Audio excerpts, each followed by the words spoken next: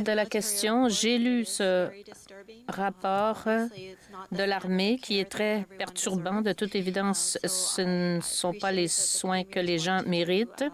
Je sais que le premier ministre va poursuivre son enquête et je suis tout à fait d'accord. Localement, on sait que certaines résidences ont eu plus de difficultés que d'autres. Ils n'arrivaient pas à trouver tout le personnel nécessaire. Et il y a maintenant quelques semaines que on a apparié, que les hôpitaux ont reçu les gens les plus touchés. C'est pour cela qu'on n'a pas eu à faire appel à l'armée à Ottawa.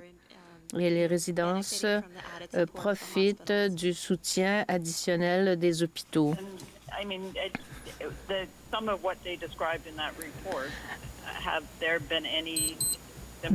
Est-ce qu'il y a eu des résultats similaires à Ottawa à ce qui a été décrit dans ce rapport? Ce n'est pas quelque chose qui m'a été signalé. Bien. Et est-ce qu'il y a d'autres résidences qui feront l'objet de vérification de la part de la province? Je n'ai pas de renseignements là-dessus, à savoir s'il y a des résidences d'Ottawa qui sont sur la liste pour les enquêtes prioritaires. On reste en contact avec les organismes de réglementation dans les maisons de soins de longue durée s'il y a un problème. Merci. Nous allons maintenant aller à Stéphane Leclerc, Radio-Canada. Stéphane Leclerc from Radio-Canada. Stéphane, t'es pas là? OK. Moving on, we will go to Patrick Ugochioni at Your Community Voice. Your Community Voice. Yes, my first question is for Dr. Etches. I wanted some more clarification about these ward-by-ward numbers that were released recently. A couple of city councillors this morning were asking for extra testing in the East End based on the numbers that are in there about cases per 100,000. I think when you released it, you said the numbers weren't all that useful. They were really released just for transparency. Should people that live in the East End be any more concerned than any other jurisdiction in Ottawa that they're more... Les autres quartiers de la ville d'Ottawa? The reason the information is limited in being able to help us understand l'information ne nous aide pas très bien à évaluer les risques dans les quartiers, c'est que le dépistage n'était disponible que sur une base prioritaire, c'est-à-dire pour les travailleurs de la santé, les travailleurs essentiels.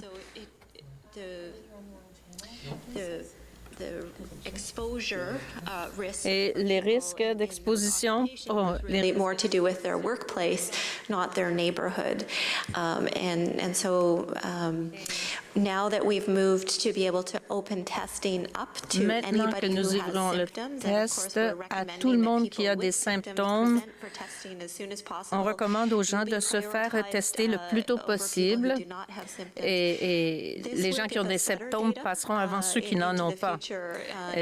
Ces données nous aideront à l'avenir à comprendre mieux s'il y a des quartiers où les taux d'infection sont plus élevés.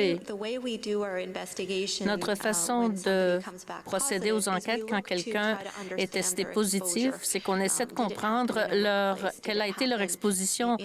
C'était en milieu de travail ou à la maison.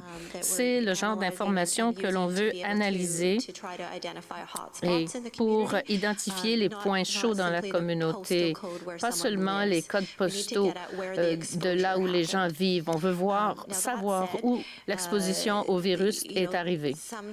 Cela étant dit, il y a des facteurs sociodémographiques qui peuvent être associés à des risques plus élevés d'exposition au virus. Quand on appartient à un quartier de plus faible revenu, les risques pourraient être plus élevés à cause du travail moins bien rémunéré et à plus haut risque. Alors, on étudie toutes ces variables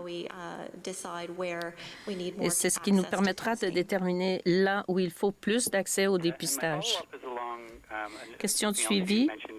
Quelque chose d'autre que vous avez mentionné à un conseiller aujourd'hui, avoir une unité mobile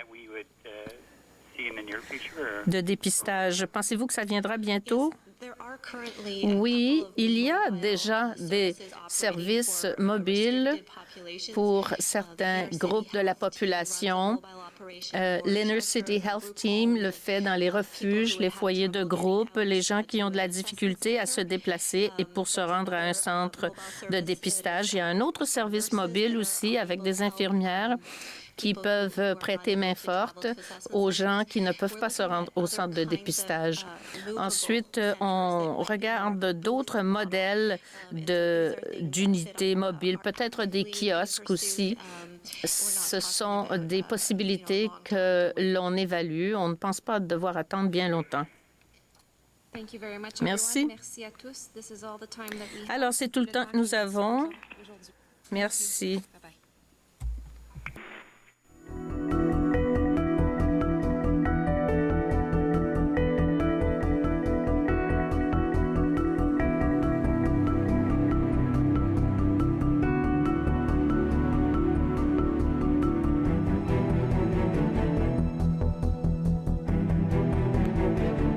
Sur le noir, ça va paraître, ça va être plus facile. C'est pour ça que j'ai mis le noir auparavant. Le foncé. Le peintre des 4 saisons, samedi 13h30 sur TV Rogers. Les commerces, les restaurants et les services locaux d'Ottawa font partie importante de notre tissu urbain. Nous pouvons les aider en ces temps difficiles. Commandez chez eux en ligne, achetez des chèques cadeaux à utiliser plus tard, commandez des repas à emporter ou à livrer, démontrez votre soutien sur les réseaux sociaux. S'il vous plaît, faites-le aujourd'hui. En savoir plus, visitez ottawa.ca/acheter local.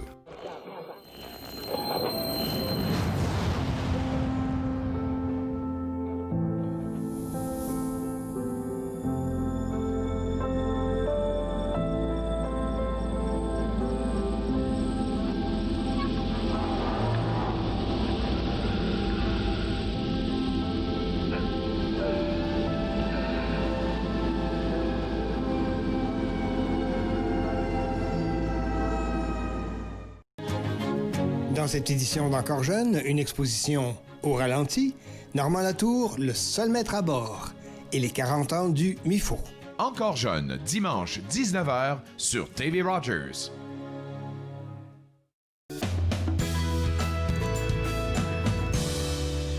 De retour entre nous exclusivement sur les ondes de TV Rogers. Si vous êtes porteur de projet, vous êtes peut-être éligible à la subvention de l'ACFO. Et pour en parler, Denis Dorval. Et Denis, j'aimerais qu'on se dise que vraiment vous avez eu un franc succès avec ce programme Ottawa Bilingue parce que la première ronde, vraiment, il y a eu du monde qui était là pour vous. Oui, donc on a financé plus de 53 projets francophones et bilingues dans la ville d'Ottawa pour un montant de 814 000 $.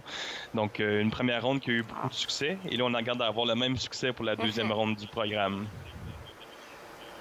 Alors, quel genre de projet, si on peut peut-être expliquer aux gens qui avaient dans cette première vague-là? Donc, dans le fond, c'est des projets qui veulent renforcer le bilinguisme ou la francophonie dans la capitale nationale, donc dans la ville d'Ottawa, dans toutes les régions de la ville d'Ottawa aussi. Donc, on avait plusieurs projets super intéressants qui étaient, par exemple, des projets de développement économique communautaire, d'offrir des nouveaux services bilingues par des entreprises privées, la création de camps d'été francophones, l'offre de galas ou de galas francophones aussi était un des projets qu'on a eu.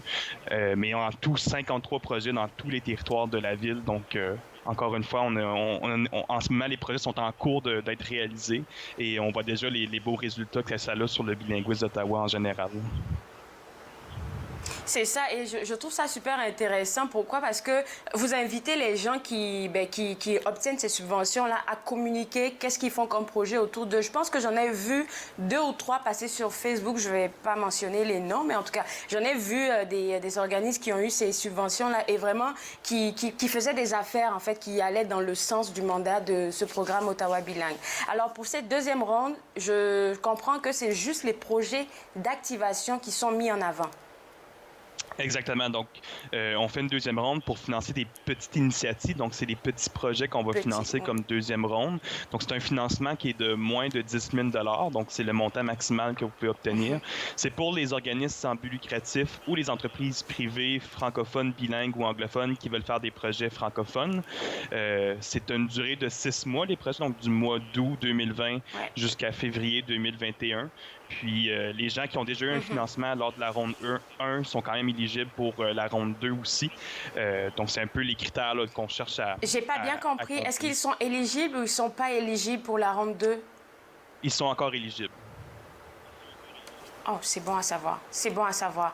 Alors, pour les projets d'activation, dis-moi un peu, c'est quoi comme projet?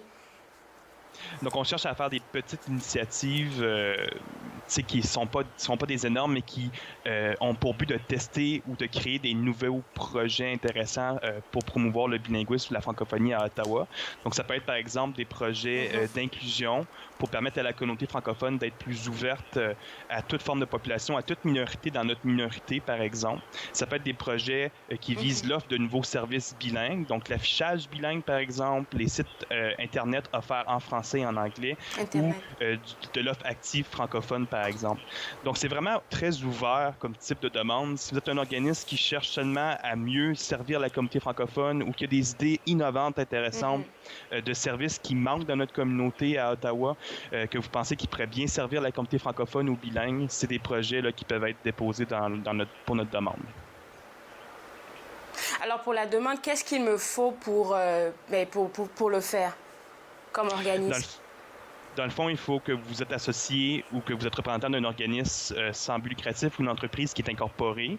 Ensuite, vous allez sur notre site web qui est acfoottawa.ca et vous allez trouver la page d'Ottawa bilingue. Nous, on a une plateforme en ligne pour remettre des demandes de subventions. C'est super efficace. Ça rend ma vie plus facile. Ça rend votre vie plus facile à remplir la demande de subvention. C'est pas une demande de subvention qui prend beaucoup de temps à remplir non plus, vu que c'est un montant qui n'est pas énorme non plus. Donc, on essaie d'être le plus efficace pour tout le monde. Ouais, c'est ça. Vous allez dans notre portail en ligne, vous remplissez la demande en ligne et vous la soumettez, et ce, avant le 30 juin 2020, qui est la date limite là, pour remettre une demande. Puis si jamais vous avez des questions, on est là pour vous aider, on est là pour répondre à vos questions. Moi, c'est ce que je fais. Je reçois déjà plein d'appels de gens qui veulent bien remplir la demande de subvention. Donc, on est là pour vous appuyer si jamais vous avez des questions quand vous remplissez la demande de subvention, dans le fond. Pour la première vague, tu me confiais qu'il y avait eu, je crois, je ne vais pas exagérer là, mais je pense plus de 100 demandes. Alors, pour cette deuxième vague, je pense que tu vas t'attendre à beaucoup plus parce que la première ronde a eu un succès. Alors, combien d'organismes pour ce projet d'activation pour la deuxième ronde vous allez sélectionner? Nous, on cherche à... C'est vrai qu'on a vu beaucoup de demandes. Ça a été très compétitif lors de la première ronde. Ça, c'est vrai. Donc, la deuxième ronde, on s'attend que ça soit quand même assez compétitif aussi. Mais on cherche à financer une autre vingtaine d'organismes ou entreprises, un autre 20 projets, dans le fond. Donc, ça laisse quand même beaucoup de place là, à soumettre des demandes. Ça laisse quand même un bon pourcentage de projets qu'on peut sélectionner. Mais oui, ce serait bon de quand même bien planifier vos projets parce que ça risque d'être très compétitif et notre jury s'attend à avoir des projets assez intéressants aussi. Alors, c'est quand que ça sera annoncé officiellement comme les lauréats de la subvention? Donc, nous, dans le fond, la date limite est jusqu'au 30 juin 2020 à 11h59 p.m. pour être bien précis. Mais merci, nous, au mois d'août, merci pour la précision. Nous, au mois d'août, dans le fond, on va avoir déjà tout évalué les projets et les décisions vont être remises dès le mois d'août. Donc, on va vraiment remettre les ententes à ceux qui ont été acceptés et les refus à ceux qui n'ont pas été acceptés. Puis, une fois que les gens ont accepté leur entente, vers la fin du mois d'août, on va annoncer publiquement les 20 nouveaux projets d'activation qui ont été sélectionnés pour le programme d'Ottawa bilingue. Mais c'est super ça. Ben, écoute, Danick, je vais te souhaiter bonne chance parce que je sais que tu as du beau travail à faire pour les prochains mois. Bonne journée. Merci, bonne journée. Alors, pour vous autres à la maison, si vous avez des projets, si vous pensez à quelque chose pour votre communauté, si vous êtes un organisme, je devrais dire www.acfoottawa.ca, c'est le site web pour aller voir si vous êtes admissible pour la subvention. Là, maintenant, je vais parler avec Ginette Gratton et on parle toujours de retour à la normale. Et cette fois-ci, on parle spécifiquement des organismes. Oui, bonjour Claude, ça va? Ça va bien? Oui, super bien, oui. Oui, on dit retour à la normale, mais c'est pas vraiment, c'est une nouvelle normalité. On peut pas retourner où on était avant parce que le virus il est encore très présent. Je pense que ce qu'on a fait au cours des 2 derniers mois, je devrais dire les 10 dernières semaines, c'est on a apprivoisé, pas le virus, mais notre vie. On l'a accommodé au virus pour s'assurer qu'on se protège soi-même et on protège les autres. Et plus que jamais, je pense qu'on se rend compte comment on est tous unis les uns aux autres parce que on sait maintenant que c'est beaucoup plus quand on parle, quand on chante, quand on crie, ce sont les gouttelettes qui sortent de notre voix, de notre projection de son qui font que les autres attrapent la maladie. Bien sûr, donc, puis surtout à l'intérieur. Tu sais, j'ai remarqué dernièrement, Ginette, que ce soit pour les entreprises ou même les organismes, comme tu vas en parler tout à l'heure, on est tous contents pour ce retour à la normale, comme tu dis, à une certaine normalité progressive. Il y a de l'engouement, il y a de l'enthousiasme, mais il y a beaucoup de stress parce qu'on ne sait pas, c'est inconnu, ce nouveau monde. Il y a beaucoup de stress. Puis, écoute, il faut prendre ça une chose à la fois. Il faut dire, là, on est toujours vivant, on est encore là. Comment on va s'organiser? C'est ça qui est le grand défi. Mais tu dis quelque chose que je trouve très intéressant. Puis j'aimerais, avant de parler des organismes, venir partager avec toi un document qu'une de mes amies m'a fait parvenir. Elle est fonctionnaire dans une agence fédérale. Et j'ai trouvé ça merveilleux quand voici ce que l'employeur leur avait écrit. Il disait, vous ne travaillez pas de la maison. Vous êtes à la maison à essayer de travailler en pleine crise. C'est une grosse différence, ça, là. Wow. Vous essayez de travailler. Vous ne devez pas essayer de compenser pour une perte de productivité en travaillant de plus longues heures. C'est tellement, il y a beaucoup de compassion là-dedans. Très bien vous dit, serez là. bon à votre égard et vous ne jugerez pas comment vous vivez la situation en vous comparant aux autres. Et vous serez bon à l'égard des autres en ne comparant pas comment ils vivent la situation, en les comparant à vous. Et le succès de votre équipe ne sera pas mesuré comme ce l'était avant. Alors, j'ai trouvé que c'était vraiment... Ça, c'est l'écrit d'un bon leader, ça. C'est comme ça. Écoute, c'est pas nécessaire de retourner à la vie qu'on avait avant. Il y a rien qui dit, c'est pas inné, ça, cette vie d'urgence et de course infernale qu'on menait tout le monde. C'est pas naturel pour l'être humain. Alors, qu'est-ce qu'on peut trouver? Bien sûr, pour les organismes, comme Maison Marie-Louise, c'est le défi, c'est comment on peut garder notre mission, notre vision, en transformant nos activités. Nous, à la Maison Marie-Louise, on était vraiment fondés, les activités, pas la mission, pas la vision. Les activités étaient fondées sur le regroupement des gens. Les gens venaient à la maison, venaient nous voir, venaient se retrouver en groupe. Et cet été, on avait des pique-niques organisés avec les familles. Ça ne veut pas dire que notre mission, notre vision est à... c'est le danger des organismes présentement. C'est que de faire à peu près n'importe quoi pour avoir de l'argent, des subventions, et d'oublier leur mission, leur vision. Oui, c'est vrai. Donc, oui, c'est vrai. Puis, les organismes risquent de perdre leur âme à ce moment-ci. Parce que les familles, dans notre cas, notre vision, on a 2 mandats. On a deux axes. On veut s'assurer que les familles ont ce qu'elles ont besoin à la maison pour fonctionner. L'autre, c'est on veut créer un milieu où les gens peuvent vivre ensemble. Mais comment on fait ça quand on veut se rassembler? Alors, c'est le défi. Donc, puis on a aussi un troisième aspect qui est la boutique. La boutique qui est ouverte à toute la communauté et qui permet aux gens non pas d'acheter, mais de donner une contribution pour ce dont ils ont besoin. Il y en a qui donnent plus, il y en a qui donnent moins. Alors, c'est comme ça qu'on fonctionne. Alors, comment on fait ça? C'est pas évident. Les médias sociaux vont prendre un grand rôle, mais là, il faut se poser la question, est-ce qu'on a les ressources? Est-ce qu'on a le personnel? C'est ça.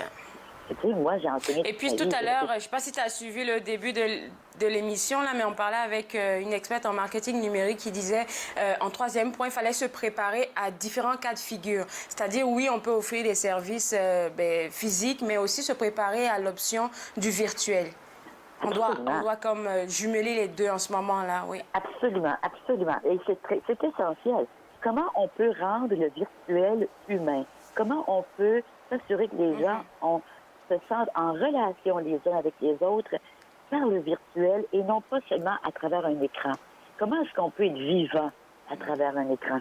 Et ça, c'est le défi de toutes les personnes qui travaillent à la télé comme toi. Moi, j'ai toujours dit à mes invités quand je faisais de la télé, inquiète-toi pas si tu fais une erreur en parlant, c'est pas grave. Les gens ne se rendent pas compte de ça. C'est ce que tu ressens qu'ils ressentent. Alors, comment on... C'est pas tout... On sait très bien aussi que tu vas avoir un très bon enseignant en personne qui n'est pas capable d'enseigner en ligne de façon virtuelle. En ligne, oui. Est-ce qu'on a les ressources? Oui. Est-ce qu'on a les ressources? Est-ce qu'on a les personnels? Est-ce qu'on a la formation pour utiliser le virtuel, les médias sociaux, parce qu'ils deviennent de plus en plus importants? Donc, dans notre cas, à nous, la boutique va réouvrir, va ouvrir ses portes le 8 juin. La semaine prochaine, les gens vont venir, ils vont prendre des rendez-vous. On va leur donner 30 minutes, parce que nous autres, le charme de la Maison Marie-Louise, c'est que c'est toutes des petites pièces. Et chaque petite pièce a sa vocation. Et c'est très beau. Donc, on veut que... Mais il n'est pas question, personne... On ne peut pas être à 2 mètres de distance, là. C'est pas assez grand, là. Peut-être avoir 2 personnes, c'est tout, dans une pièce. Donc, on va faire des rendez-vous une personne à la fois. Et on va s'assurer qu'en entrant, les gens vont laver leurs mains, ils vont porter un masque et ils vont avoir une demi-heure pour faire leur magasinage. Pour les personnes qui ont Parce que ça demande des sous aussi, hein, je me dis, pour la boutique, par exemple. Pour les gens qui n'ont pas de masque ou qui viennent et qui, par exemple, qui ont oublié le masque, il faut aussi que vous ayez des sous pour acheter des masques disponibles là pour eux autres. Tu as entièrement raison. Il faut avoir des masques disponibles. Donc là, on en a un certain nombre. Mais on a aussi des couturières qui nous ont fait de très, très beaux masques. Il va falloir voir comment on va faire pour les distribuer. Mais on a aussi des masques jetables qu'on va donner aux gens qui n'ont pas de masque. Mais on espère que tout le monde ait un masque. C'est un peu comme avoir des souliers maintenant. Là. On ne peut pas partir sans souliers. C'est ça, oui. C'est vrai. Tout le monde a besoin d'un masque. Si vous n'en avez pas, vous venez à la Maison Marie-Louise, on va vous en donner un. Mais c'est essentiel. C'est essentiel. Donc, la boutique, ça va. Pour le côté vivre ensemble, je pense que je t'en avais parlé. On va commencer des rencontres. Et ça fait boule de neige. Ça, beaucoup d'enthousiasme dans l'égard de ce projet-là, où on va rencontrer des familles via Zoom sur notre chaîne YouTube. Donc, ce ne sera pas des pique-niques, mais ce sera un autre genre de rencontre pour le moment. Donc, comment ça avance, ce projet? C'est vraiment pas évident. Pour la direction, c'est de surveiller que tout est en ordre. On ne veut pas que personne sorte, vienne à la Maison Marie-Louise et puis sorte avec. Elle va avoir attrapé le COVID-19 à la boutique. C'est la dernière chose qu'on veut. Donc, puis on ne veut pas de nous aussi, les employés, c'est pas évident, là. Et puis, tu sais, on reçoit tellement de matériel. Des gens qui nous donnent plein de choses. C'est comment on ouvre ça en s'assurant que c'est sécuritaire. Donc, c'est vraiment un gros défi, mais c'est un défi qu'on accueille et puis ça va devenir pour un bout de temps la nouvelle normalité. Puis on va s'y faire. C'est ça, on va s'y faire. Alors, notre joie de vivre, pour résumer... Pour résumer les tout, c'est que si la maison pas la maison, mais la boutique ouvre le 8 juin, comme tu l'as mentionné, il faudrait appeler au préalable pour avoir son rendez-vous et y aller. On ne peut pas débarquer comme ça à 2, 3, 4, 5 et entrer. L'information sera sur le site web et puis on enverra un courriel aussi à tous nos clients, à toutes nos familles qui gravitent autour de la maison, qui explique, qui dit comment faire, puis il y aura un peu partout, on l'annoncera comment procéder. Parce qu'on a de très, très belles choses. C'est dommage, parce que quand le confinement a commencé, on venait tout juste de sortir tout le matériel de printemps et d'été. Et je pense que là, les gens vont être agréablement surpris de voir les belles choses que nous avons. Oui. C'est ça. On sait que durant les prochaines semaines, avec la réouverture, tu seras super occupée. J'aimerais vraiment qu'on essaie de mettre encore en avant le beau projet que tu as pour les émissions avec les familles et puis inviter les gens à envoyer un petit courriel. Avec nous dans ce projet-là, moi, c'est à bras ouverts que je les accueille. Et toi aussi, Claude Andrea, parce que j'en parle, mais faut le lancer à un moment donné, mais il faut être prêt pour le lancer. Puis il faut le lancer comme il faut. Je ne veux pas le lancer tout croche, puis les gens disent, ça marche pas. Donc, je veux prendre mon temps, mais je veux quand même qu'on développe l'enthousiasme dans la communauté. J'ai des familles présentement du Maroc, d'Algérie, de Djibouti, de Paris, de la Provence, d'Haïti, qui attendent. Puis toi, tu m'as dit que tu en avais de la Côte d'Ivoire aussi que tu pourrais inviter. Donc, il y a des familles d'un peu partout à travers la planète qui attendent de nous parler. Et puis, ça va être une conversation qu'on va avoir entre les familles d'ici et les familles d'ailleurs. Fait que c'est un très, très beau projet. Merci beaucoup, Ginette. De ton appui pour ce projet, Claude Andréen. Et puis, bonne chance pour ça. Au revoir. Merci. Merci, au revoir. Alors, pour vous à la maison, si vous avez besoin de plus d'informations sur la réouverture et tout ce dont on vient de discuter avec Ginette, www.maisonmarielouise.org, c'est le site web à visiter. On prend une pause et juste après, une bonne nouvelle, la boutique Kewa aussi va réouvrir très bientôt, on en parle. Pour regarder Entre nous, exclusivement sur les ondes de TV Rogers.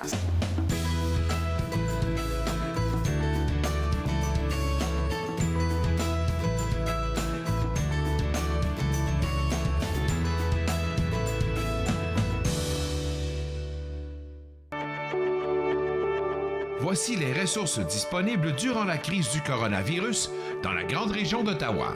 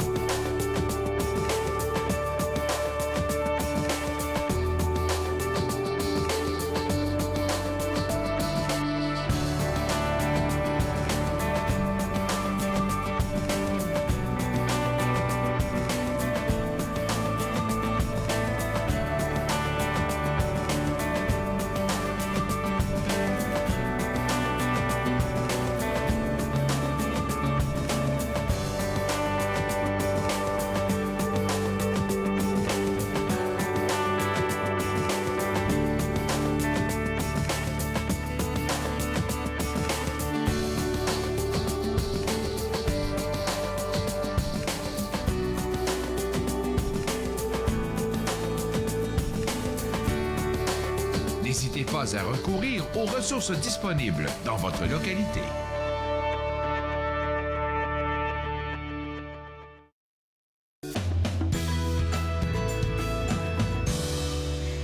De retour entre nous exclusivement sur les ondes de TV Rogers, on parle de la réouverture de la boutique Kewa. Ben, ça s'en vient tout doucement là. Et comment toi tu vois ce changement? Parce que c'est un changement là, c'est tout nouveau. Nathalie? C'est comme si j'étais une tornade. Je suis dans le milieu, là, dans l'œil du cyclope. Je regarde tout bouger autour de moi. Je me dis, ça va aller. Ouais, c'est ça va aller. Parce que ça, comme je disais, il y a beaucoup de changements, là, beaucoup de choses à faire. Tu dois te réajuster parce que c'est plus pareil comme avant, là. Puis les gens... Dans la tournade, c'est les idées de tous, ceux qui m'aiment, la communauté, les internautes, les webinars qui sont en train de fleurir à toutes les heures de la journée, avec toutes les bonnes intentions possibles, qui nous envoient des stratégies de marketing international quand on n'est même pas ouvert. Là, je suis comme, attends. Fait que dans ce processus de réouverture-là, en fait, j'ai des gros flashbacks d'il y a 20 ans. Quand j'étais en démarrage d'entreprise, il y avait tellement d'incertitudes. Oui. Puis je me dis, mais c'est remarquable. Il y a comme beaucoup d'éléments en commun. C'est pas la même réalité, mais au niveau des idées, puis de cette notion-là de dire qu'on est au milieu de quelque chose, si on met le doigt dans la tornade, on va se faire emporter. Il faut faire attention. Et puis, il y a 20 ans, quand j'avais voulu ouvrir Kewa, il y avait cette même dynamique-là. Et il a fallu que je me ramène à un besoin essentiel. qui est très basique. Et c'était lequel? J'essaie de vous intriguer. C'est le besoin de survivance. Quand on veut survivre sur la Terre et qu'on n'a pas accès à la carte de crédit, au financement, à une maison, à tout ça, et qu'on remonte à il y a longtemps, les premiers humains qui avaient une relation avec leur environnement, ben, il fallait absolument organiser. Le premier lien, c'était le lien à la Terre. Ensuite, les choses qu'on avait sur soi, est-ce qu'on en a vraiment besoin? Est-ce que ça a une raison? Et si ça a une raison, ça doit avoir une place. Si on applique la même règle à son environnement, sa maison, énormément de gens, là, Claude-Andrea, autour de nous, qui font des jardins, qui font le ménage, qui font du tri. C'est extraordinaire parce que ça nous relie à l'essentiel. Et puis, on se pose vraiment la question dans cette crise, qu'est-ce que j'ai besoin, moi? Comment est-ce que je vais accueillir les gens chez moi maintenant? Il y a un lien qui est intimement lié à cette réouverture.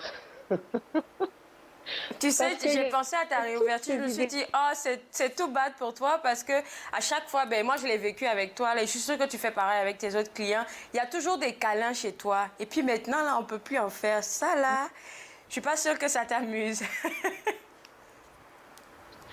Non, ça m'amuse pas. Je vis une proximité difficile, là, tu sais, parce que j'aime, je suis très affectueuse d'ailleurs. Des fois, c'est à l'interpréter, il faut faire attention. Mais en fait, c'est peut-être, je pense que tu m'as pris par surprise. Je t'envoie un câlin, Claude-Andrea. C'est ça. Fait que, oui. Avant d'ouvrir la boutique, il y a cette réalité-là où est-ce qu'on s'est dit, OK, maintenant, ce qu'on a besoin, vous êtes venus chez nous, on a vu la boutique, on s'est dit qu'on avait besoin, avant la pandémie, on avait besoin de plus d'espace. Puis, avec toutes les nouvelles règles, avec la distanciation sociale, avec s'organiser, ben, ça m'est jamais arrivé à vivre ça, à moi, à beaucoup d'autres personnes. Fait que j'ai fonctionné de la même façon. Je me suis dit, OK, je vais fonctionner avec un cercle.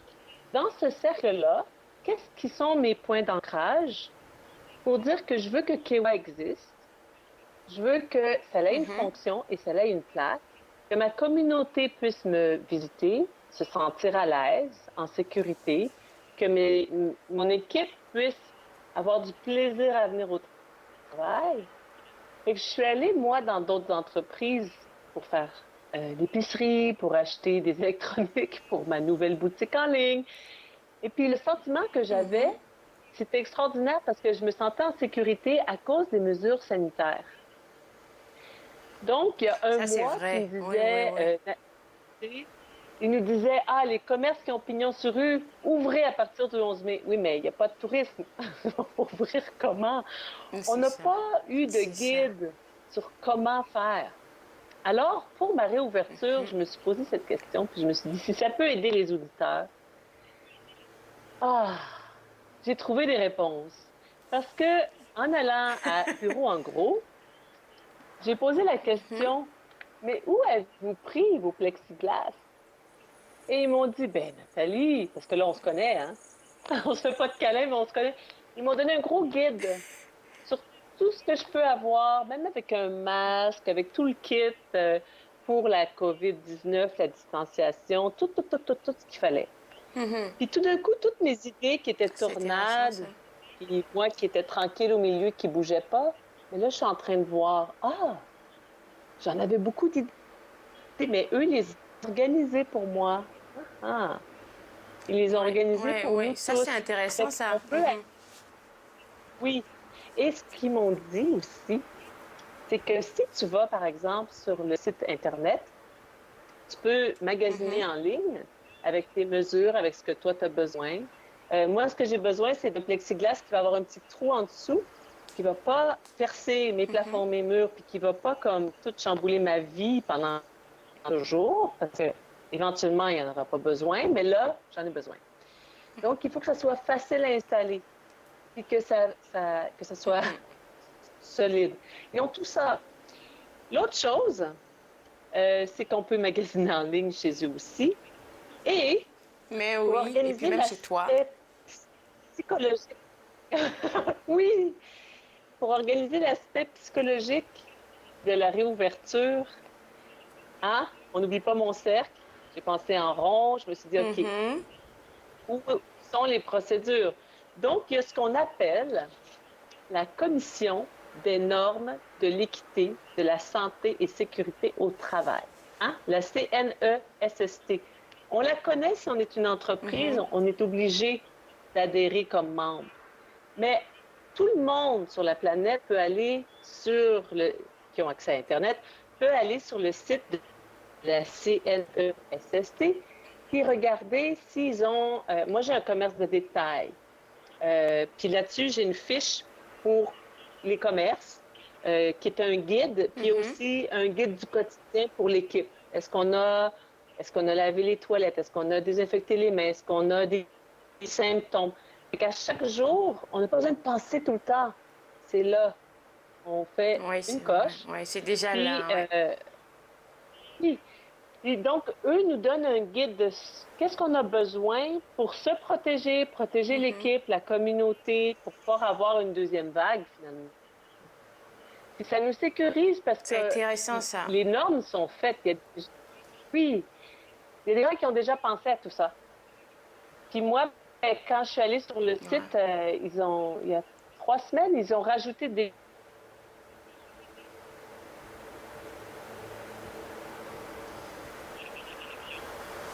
Alors, comme elle a mentionné, j'ai trouvé ça intéressant. C'est le CNCES. Donc, pour vous qui êtes entrepreneur ou votre entreprise. Allô, Nathalie?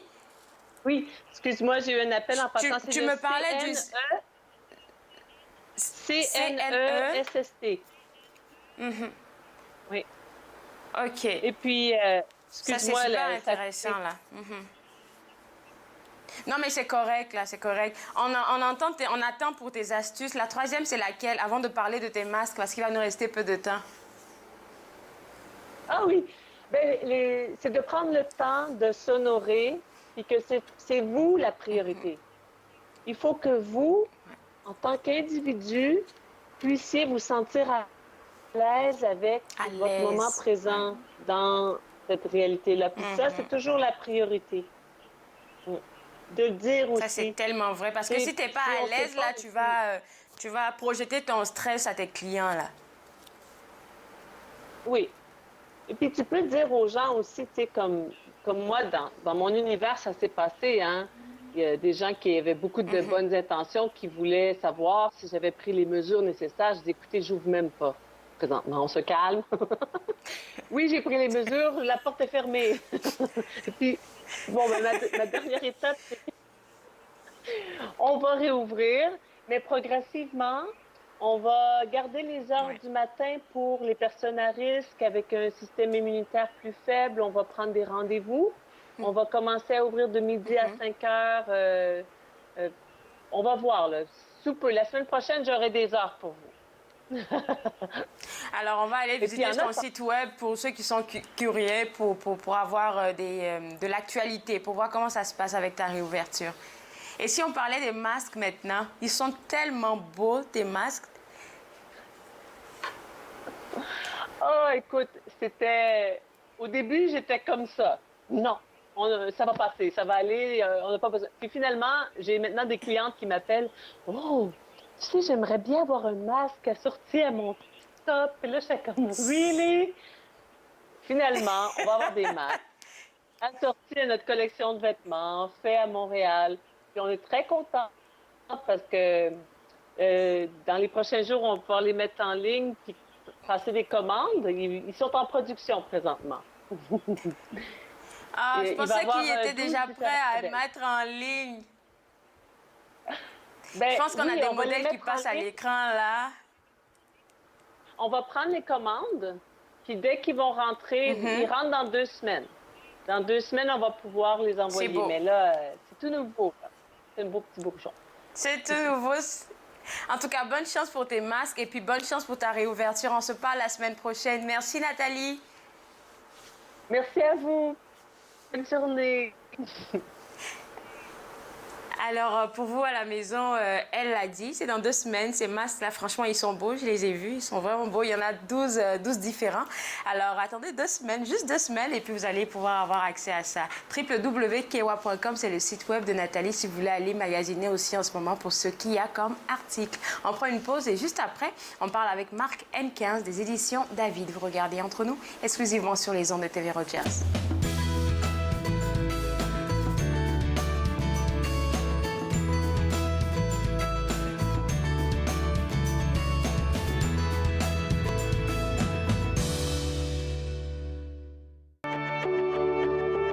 Voici les ressources disponibles durant la crise du coronavirus dans la grande région d'Ottawa.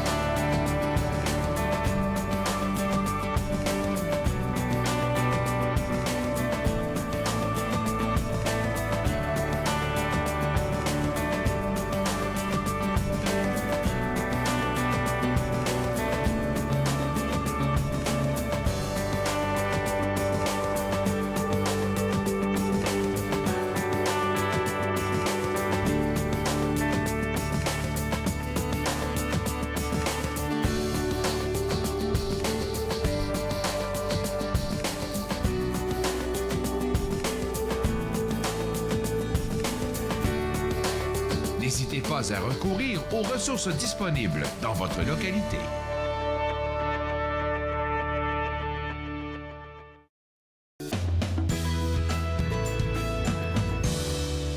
De retour entre nous exclusivement sur les ondes de TV Rogers. Une offre spéciale pour les ados est lancée depuis, je ne sais pas, quelques jours par les éditions David. Et pour en parler, Marc N15, vous faites un beau cadeau à ces ados-là qui, je pense, passent un mauvais moment dans ce confinement.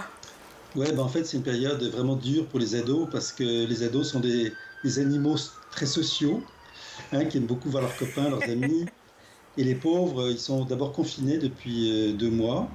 Et ensuite, donc, ils sont coupés de tous leurs amis. Et ensuite, ils n'ont plus d'école. Et même si dans un certain autre contexte agréable de manquer quelques jours d'école, mais quand ça dure 2 mois et plus, ça devient très long. Donc, on a voulu effectivement faire une offre spéciale aux ados. Et pas seulement aux ados, je dirais, mais aussi à leurs profs éventuellement, parce qu'il y a beaucoup d'enseignants qui, malgré le confinement, continuent d'enseigner, de faire des travaux avec leurs élèves, et qui, par exemple, utilisent des livres, des lectures. Donc, c'est quelque chose qui peut se faire quand même assez bien à distance avec des livres numériques. Donc, en fait, l'idée qu'on a eue, c'est d'offrir aux ados, pendant tout le mois de juin, notre série Petites Chroniques. Les Petites Chroniques, ce sont les recueils de textes qu'on a publiés au terme de nos concours Mordus des mots, qui est un concours très populaire. On en a fait 10 éditions dans les écoles secondaires francophones jusqu'à l'année dernière. Et donc, on a publié 10 années de suite un recueil qui s'appelle Petites Chroniques. Le premier, c'est Petites Chroniques du crime, qui avait été piloté par Claude Forand. Puis le dernier, c'est Petites Chroniques bizarres par Martine Batagnan. Donc, chaque année, il y avait un auteur qui était associé à cette petite chronique. Donc, sur un thème, on explorait parfois l'histoire franco-ontarienne, le monde un peu fantastique, le monde bizarre. Donc, comme l'année dernière, où il y a au tout début le monde policier. Et donc, on a 10 petits livres qu'on offre. Donc, on voulait l'offrir gratuitement, mais à cause des modalités d'achat dans les boutiques en ligne, il fallait qu'on fixe un prix. Donc, on les vend à $1. Donc, ça veut dire que tout le mois de juin, les enseignants, les jeunes, les ados qui veulent se procurer nos petites chroniques peuvent se les procurer pour la somme de $1 en format numérique.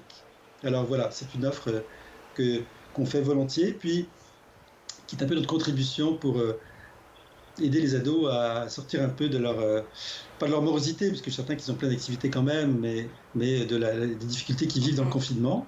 Et ce qui est le fun avec les petites chroniques, c'est que c'est des petites histoires, donc chacune écrite par des ados aussi, donc chacune dure une dizaine de pages ou moins. Ouais. Donc c'est quelque chose qui se lit très facilement, dehors, à la maison, entre deux choses.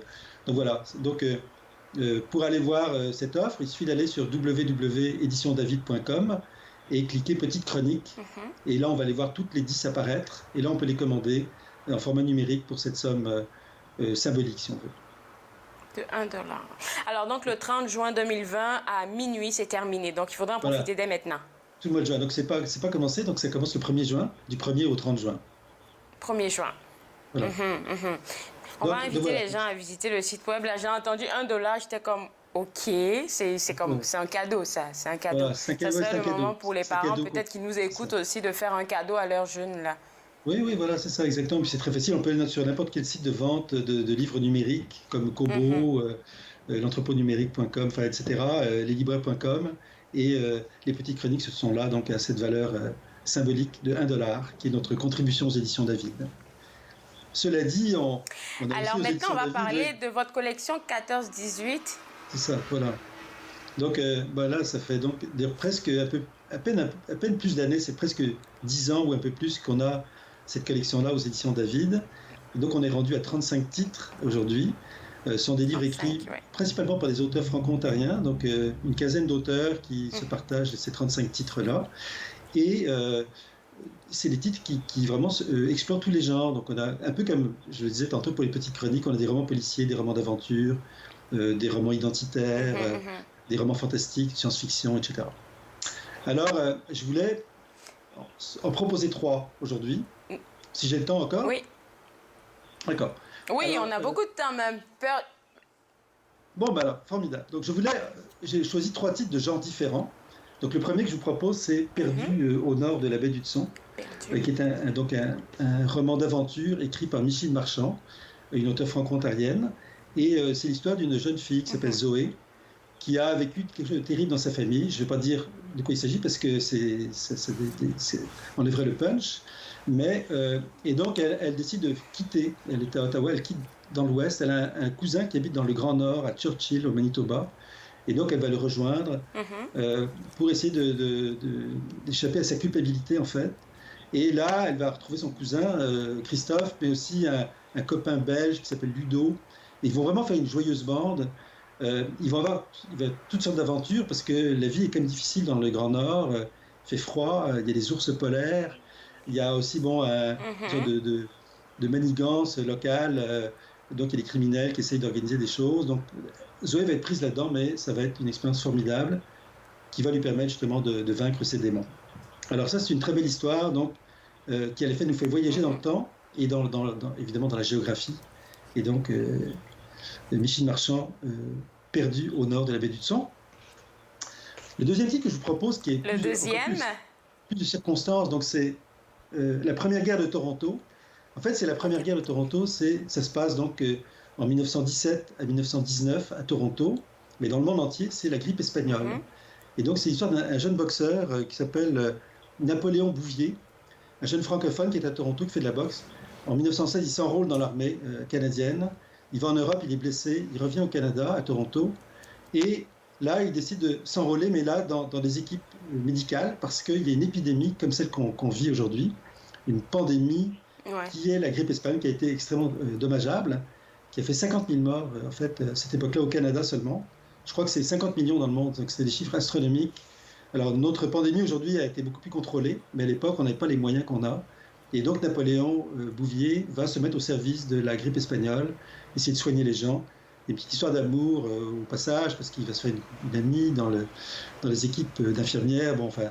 Mais donc, c'est vraiment une très belle histoire qui nous ramène à cette époque-là en Ontario français.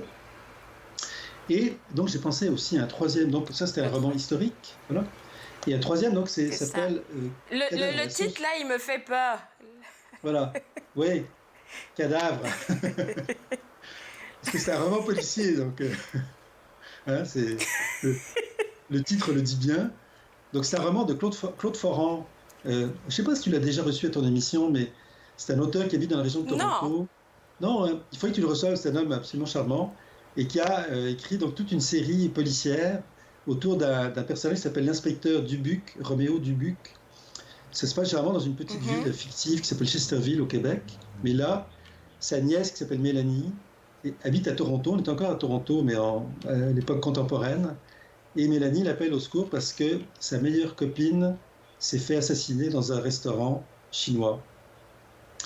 Et l'inspecteur Dubuc va arriver, il va être appuyé par un détective franco-ontarien qui est très, très sympathique, qui s'appelle Dave Blanchette. Et tous les deux, ils vont donc essayer de repérer les suspects et donc trouver des solutions, de résoudre un peu cette énigme-là. Et ils vont y arriver, bien sûr, comme l'inspecteur Dubuc y arrive à chaque fois. Et donc, c'est une histoire qui, à la fois, nous permet de se promener dans le quartier chinois de Toronto, qui est assez intéressant, mais évidemment de vivre aussi une histoire policière. Donc, c'est une histoire toujours bien construite par Claude Ferrand, haletante, avec des fausses pistes, des bonnes pistes. Voilà. Donc, c'est les trois propositions. Ça fait 3 suggestions que tu nous donnes.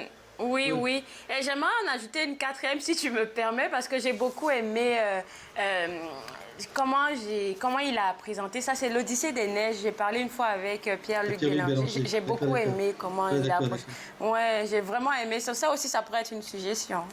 Ça, c'est une excellente suggestion. Voilà. Puis, il y a peut-être des romans qui s'adressent plus aux garçons, plus aux filles, enfin, ça dépend, mais peut-être l'Odyssée des neiges, c'est une histoire de garçons plutôt, mais quoi qu'aujourd'hui, tout est permis. Et puis, je vois le côté de la résilience. Moi, c'est juste ce côté-là que je vois. Oui.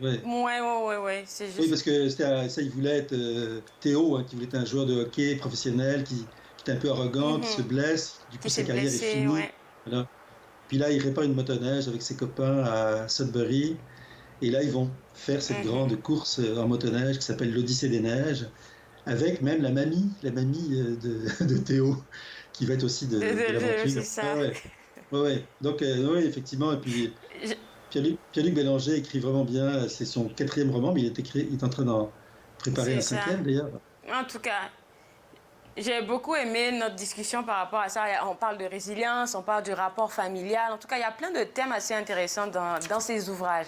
Donc moi, je fais un ajout à ce que Marc vient de dire. Là, l'Odyssée des neiges, vous pouvez le retrouver aussi sur le site web. Je te remercie, Claudia, d'y avoir pensé, parce que c'est une très bonne idée. En fait, j'étais pas sûr d'avoir, j'étais pas sûr du temps que j'avais, parce qu'on est toujours un peu serré, on ne sait pas. Là, il va nous rester 3 minutes, là, et ça tombe bien, parce que j'ai une question, je ne dirais pas personnelle, mais en tout cas, j'ai une question à te poser. Tu sais, pendant la crise, là, vous avez dû, je parle des maisons d'édition, des auteurs, vous avez dû vous réajuster, principalement chez vous aux éditions David. Comment vous l'avez vécu? Parce qu'on n'a jamais vraiment parlé de ça, de devoir tout faire numérique. Est-ce que vos auteurs étaient à l'aise avec ça? Oui, effectivement, c'était quand même un apprentissage. D'une part, au niveau de l'équipe, on a travaillé en télétravail, donc on était chacun dispersé, mais on est habitué quand même à travailler beaucoup à distance, par courriel, par d'autres moyens, par des téléconférences, visioconférences. Donc ça n'a pas tellement changé pour nous. Un peu quand même, parce qu'on se voit régulièrement au bureau, mais là, c'était plus possible. Ouais. Mais pour les auteurs, c'était plus difficile parce qu'on n'avait pas, par exemple, beaucoup d'activités qu'on avait prévues, comme des lancements de livres qu'on a dû annuler. Et là, c'est quand même un grand moment quand on sort un livre de pouvoir le lancer publiquement. Donc, on a dû trouver d'autres moyens. On a fait des lancements virtuels. Nos auteurs qui étaient invités à des salons du livre, comme à Sudbury, par exemple, ont dû le faire virtuellement, participer à des tables rondes. Donc, c'était quand même beaucoup moins facile pour eux ou pour elles. Mais il y en a pas mal quand même qui se sont débrouillés, comme Monia Mazi qui a fait une présentation virtuelle. Oui. Dans sa cuisine et tout. Dans sa cuisine, c'est ça, en nous proposant une recette de cuisine, même les fameux briques tunisiens. La semaine dernière, c'était Michel Terrien, poète, qui a aussi pris l'initiative de faire une visioconférence ou une présentation live là, sur Facebook. Donc, quand même, les auteurs sont assez... Tu parlais de résilience. Je sais que les auteurs ont été assez résilients par rapport à la pandémie. Évidemment, ils espèrent... Et puis, c'est beaucoup d'innovation que ça prend, là. C'est ça, voilà, on dit qu'il faut se réinventer, mais c'est vrai que c'est un peu ça qu'on a fait quand même. Ouais. Mais je te dirais que tout le travail qu'on fait quand même régulièrement de préparation de livres, ça continue, on n'a pas arrêté de le faire. Donc on a plusieurs bons livres qui devraient être prêts bientôt pour la parution de l'automne prochain. Ben, écoute, je te souhaite bonne chance avec tout ce que vous avez à faire. Et félicitations, je ne veux pas manquer de te dire à toi et à Véronique pour le beau lancement de Poètes de la Cité. J'ai vu un peu, c'était bien fait. Sérieusement, là, c'était bien fait. Il y a du monde qui a suivi ça, là. Donc, félicitations encore à vous deux. Et puis à toute l'équipe en arrière. Bonne journée. Oui, merci beaucoup, Claude. Au plaisir. Oui. Alors, pour vous autres à la maison, si vous avez envie de profiter de ces rabais, là, c'est pas des rabais, c'est un cadeau que les éditions David vous font. Je vous inviterai à visiter le www.éditiondavid.com dans la section jeunesse, parce que c'est là que vous pourrez avoir des ouvrages numériques à $1. Donc, je pense que si vous y pensez, c'est à partir du 1er juin jusqu'au 30 juin. Vous pouvez aller le prendre gratuitement, si je peux le dire ainsi. Aussi, ils ont leur collection 14-18. On nous a présenté plusieurs ouvrages, dont Perdu au bord de la baie d'Hudson, La première guerre de Toronto et Cadrave à la sauce chinoise. Tout ça, c'est disponible sur le site web. On prend une pause et juste après, j'ai d'autres informations à vous partager. Regardez entre nous, exclusivement sur les ondes de TV Rogers.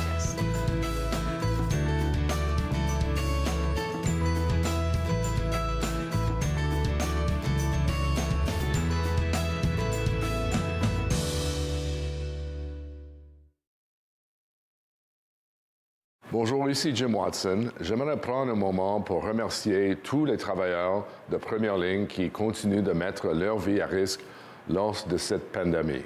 Le travail héroïque de nos professionnels de la santé et des premiers intervenants est remarquable. Je suis reconnaissant aux gens qui abandonnent le temps avec la famille pour aider ceux qui l'ont besoin. Je suis reconnaissant pour les gens qui ont été appelés à rester à leur poste pour fournir des biens et des services qui sont essentiels à nos vies. On ne pourrait pas le faire sans vous. Merci beaucoup.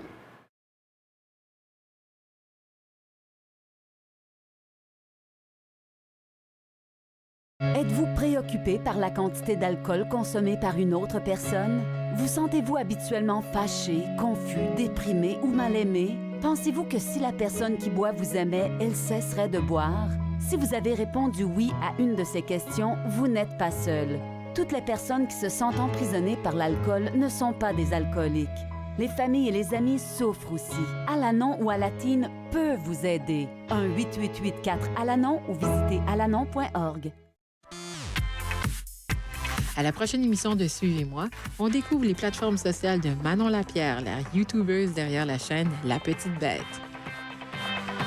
Suivez-moi, jeudi 20h sur TV Rogers.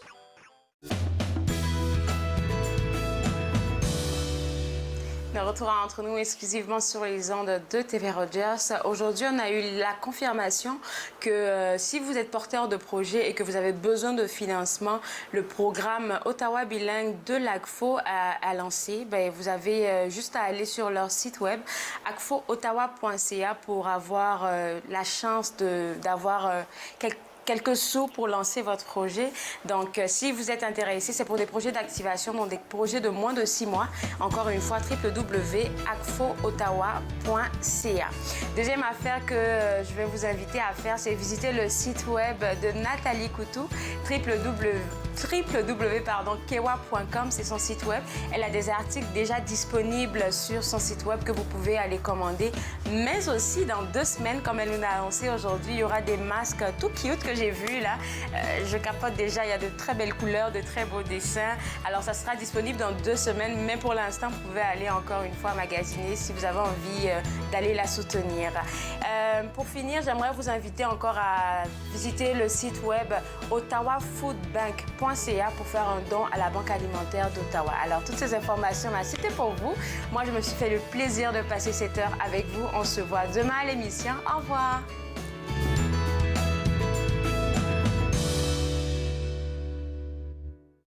Faites-nous part de vos commentaires en composant le 613-521-2323 par courriel sur Facebook et Twitter.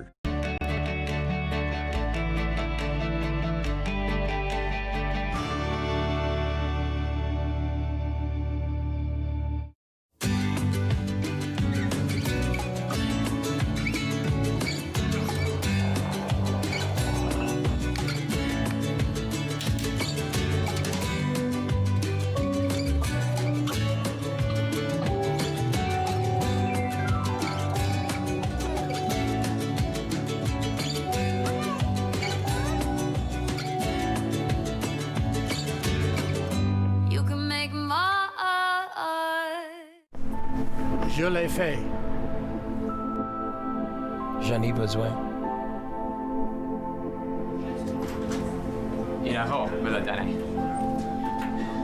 Je suis vivante. En tant que donneur d'organes, vous pouvez sauver jusqu'à 8 vies et en améliorer autant que 75 autres. S'il vous plaît, visitez notre site web et engagez-vous au cadeau de la vie. Vous serez heureux de l'avoir fait. Merci.